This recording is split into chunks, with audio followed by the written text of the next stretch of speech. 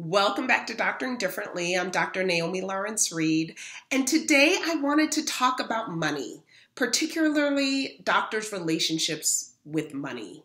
And there are a lot of blogs, there are a lot of usually men talking about doctors' relationships with money, but I wanted to talk about my own personal experience being a pediatrician, being one of, if not the lowest paid medical specialties, which is always surprising to people who are not in medicine and very not surprising to people in medicine. I went to a state medical school. I went to the University of Massachusetts Medical School.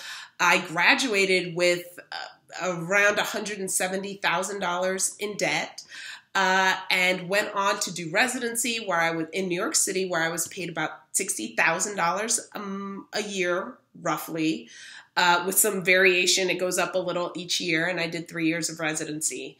My first job out of residency in 2014 paid me a full-time salary of $125,000. And in full disclosure, at the time I was studying for boards, I did not want to work full-time, so I actually worked 3/4 of the time, or 0.75 FTE, which translated to a little less than $90,000 a year. I was working in an emergency department at the time, and even working 3/4 of the time felt very full-time because you're working nights and weekends and holidays. So even working full-time for some more income just did not feel worth it to me at the time. So my take-home income for the first 3 years of my attending career as a physician, as a pediatrician, was somewhere between $5,000 and $6,000 a month. At the time, I still had my educational debt. At the time, I was driving my Corolla from medical school. I loved her. And I was renting a 1-bedroom apartment in downtown San Diego. It was a tough time. And at that time, I took a step back and thought, I'll never live the life I want at this rate. I've got debt to pay. I've got a relatively low salary. I think there's so little salary transparency. So I wasn't really sure what other people, even in my own department, were making. I wasn't sure about what pediatricians in general in other parts of the country were necessarily making. I kind of toyed with the idea of, do I need to do a fellowship? Do I need to get another degree? This life as a general pediatrician, having completed all of my training, passed all of my exams, this doesn't feel like the life I thought I signed up for. The life that was promised to me. And I use promise in quotes because, of course, there's no guarantee that the life we envision and dream of as physicians will come to pass or come to be. We envision a life where we have disposable income and are paid handsomely and don't really have to think or work or negotiate or go after the money we want.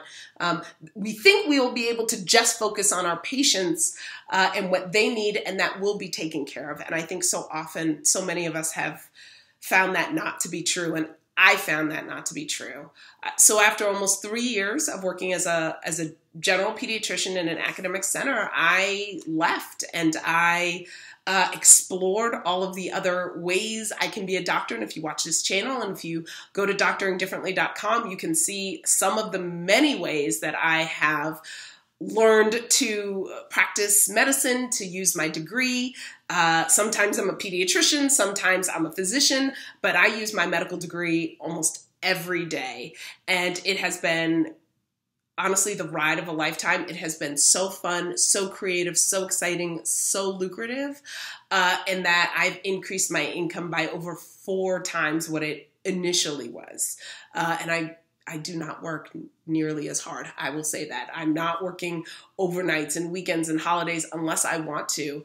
I've negotiated my salaries across the board. We often are not taught as physicians that we even are able to negotiate my salary. Now, I only negotiate my salary. Sorry, something in my eye. I only negotiate my salary. If I'm given an offer, I come back 30% higher every time. Most times I am told yes. I will tell you, I have never gotten a raise I didn't ask for. Remember that. I have never gotten a raise I didn't ask for. I've asked for every raise that I've been given. So please, I just want to tell all the physicians, all the doctors out there, I have likely been where you are or somewhere similar, or even maybe lower paid than where you are now. But there is a whole world out here of lucrative careers for physicians. Our skills are transferable. We have a very sought after skill set, and we can use that to do other things that benefit us. I think there is a reason we are not taught the money in the business behind medicine. So often physician labor is just used to drive profits of big institutions, and that's a fact. And we are not taught our margins. We're never exposed to the margins, what we're paid versus what we're generating. And I think it's time for real reform across medicine and across residency and educational training for physicians as well. So I want to tell the doctors, speaking to all the physicians out there, you are allowed to talk about your income with your colleagues. Please do. We honestly have no idea how underpaid we are, especially as women, especially women of color. We are still wildly underpaid, okay? There are huge discrepancies within departments, even correcting for training, education levels, experience, length of service or work at an institution. So there are just so many discrepancies, mostly because we do not ask. So please, please, please ask for money. You're allowed to talk about it. You're allowed to ask for it. Do not be embarrassed. Nobody cares about your money more than you. I almost want to say nobody cares about your money except you, but truly nobody cares more than you do. So if you believe you deserve to make more money, you go to your chair, your department head, whomever is in charge, and you start making your case. I see too many doctors who are just too intimidated to even make that move, to even ask. So whether it's a salary bump, whether it is a promotion, whether it is a change in schedule, I don't know the answer, but it probably won't be what you want it to be if you do not ask. So please, if you take nothing away from this video, I want every doctor, I want every female doctor especially, to ask for a raise this week, to state their case and ask for it. You may be surprised. You may be surprised and you may get the raise you want. Personally, I go back 30% higher than if I'm given an initial offer.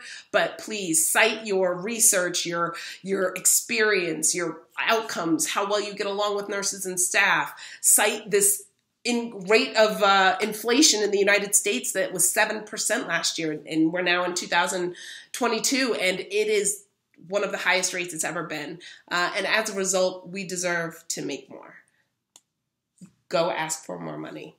Stay tuned for more videos and check out doctoringdifferently.com. Hope to see you guys soon. Bye.